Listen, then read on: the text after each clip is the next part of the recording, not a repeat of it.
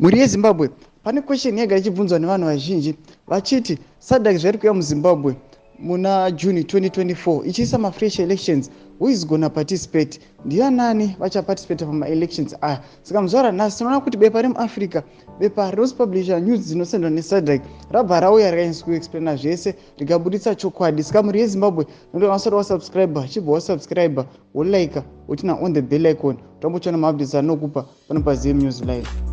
Saka muri yeZimbabwe tinoona kuti bepa reAfrica Beautiful Wind vanouya vachinyora vachiti, well, the most important thing to remember is that these are fresh elections. This means we are back to pre-August 2023 elections in Zimbabwe. We are in May or April 2023.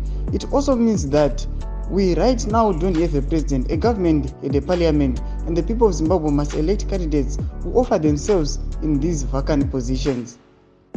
Saka vari kuuya vachitaura vachiti aiwa panguva ino muZimbabwe zvafanira kuti hamuna president, nokuda kwekuti kaperiod katiri akaka ndekekuprepare for mafresh elections. Saka vanhu vanouya vachipindura vachiti pakutorwa kwenhau pane mumwe citizen inouya ichitaura ichiti, I saw it a long time ago, soon after the stolen August elections, that the only way that criminal behavior by ZANU-PF and Mnangagwa could be punished was by holding a fresh election in Zimbabwe. I'm very happy mnangagwa and ZANU-PF can win free and fair elections. Saka muri yeZimbabwe ndochati kuona kuti aiwa zviri kunzi ma-elections ari kuuyiswa, ma-fresh elections ari kuiswa neSADC muna June 2024. Ma-elections aya ari kutotangidziwa, anyone anoda kucontesta anouya achiparticipate ma-elections aya. Saka chimbotipai mafungiro enyu, tinoti kudii pamusoro penyaya iyi.